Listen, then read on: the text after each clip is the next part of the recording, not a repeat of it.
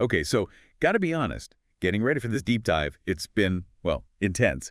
We're talking about Sean Diddy Combs. I mean, you say that name, and it's like instant success, right? Like the Yeah. guy who basically defined what like a whole era of hip hop was, built this empire that goes way beyond music. Oh, absolutely. You're talking fashion, you're talking TV, business ventures, everything. Diddy's impact, you can't deny it. It's massive, on the whole entertainment industry. Exactly.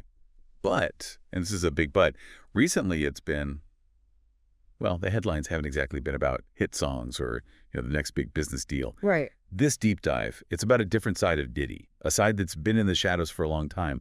But now, with all these accusations, it's front and center.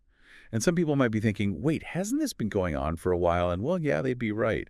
This isn't something new. No, it's true. You can kind of trace it back, I'd say, to 2017. That's when Diddy's former personal chef, Cindy Ruella, she filed that lawsuit, alleged sexual harassment, retaliation, that kind of thing. It was settled out of court in 2019, but it definitely, I think, kind of set the stage for everything that came after. Yeah, because then things really blew up in November 2023. That's when Cassie Ventura filed her lawsuit. And, I mean, if you followed Diddy's personal life at all, they had that very public, very long-term relationship. Right. But Ventura's lawsuit, this wasn't just about a messy breakup. She accused him of some really serious stuff. We're talking rape, sex trafficking, even physical abuse. She even said he was involved in trying to intimidate her boyfriend at the time, Kid Cudi, with, get this, a car bombing. It was like a bombshell just dropped. Yeah, and you know what's interesting? The lawsuit, it was settled pretty quickly, but it was like opening these floodgates, it wasn't a private matter anymore, especially after CNN. They released that surveillance footage in May 2024. Oh, man, that footage. It showed Diddy, like, physically assaulting Ventura in a hotel. This was back in 2016. It was chilling. Yeah. And it just totally clashed with this whole public image he'd built up over the years. And his apology video, he put it on social media. And yeah, he admitted what he did, called it inexcusable.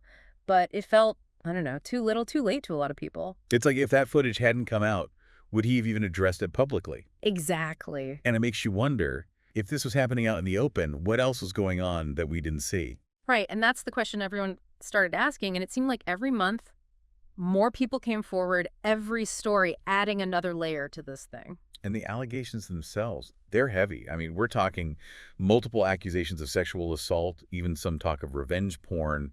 And some of these incidents allegedly go all the way back to the 90s. Yeah, and it's important to remember that at this point, these are still allegations, right? That he's denied a lot of them.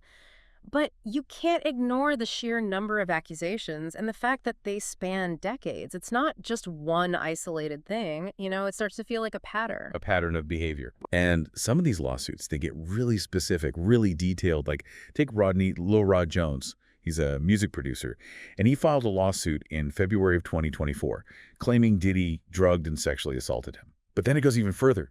He says Diddy coerced him into sex with sex workers and paid them off to keep quiet. And then there's that whole thing where initially Lil Rod's lawsuit named Diddy's son Justin, saying he was involved too. Those allegations were dropped later, but still, it just adds this whole other layer